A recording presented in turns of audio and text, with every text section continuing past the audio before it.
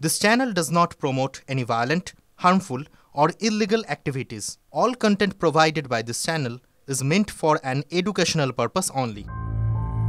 সন্ধ্যা নামলেই ঝুপঝাপ দরজা বন্ধ হয়ে যাচ্ছে পুরুলিয়ার এই গ্রামে। অনেক হাঁটাহাঁটির পর পাহাড়ে আশ্রয় নিয়েছে বাঘিনী। পুরুলিয়ার বান্দোয়ান ব্লকের ভাঁড়ারি পাহাড়ে আশ্রয় নিয়েছে জিনাত। একথা ছড়িয়ে পড়ার পর থেকেই আতঙ্কে কাঁটা পাহাড় লাগোয়া রাহামদা গ্রাম।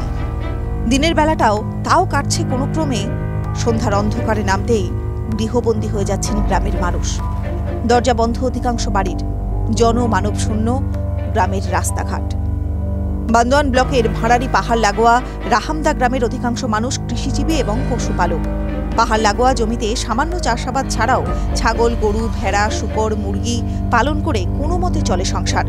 প্রত্যন্ত গ্রাম হলেও আদিবাসী এই গ্রামের মানুষ দিনভর কাজ সেরে সন্ধ্যায় প্রত্যেকেই নিজের মতো করে সময় কাটান। সন্ধ্যার পর গ্রামের যুবকেরা ইতিউতি আড্ডা দেন, কেউ কেউ গ্রামের মাথায় তাস খেলায় মেতে ওঠেন।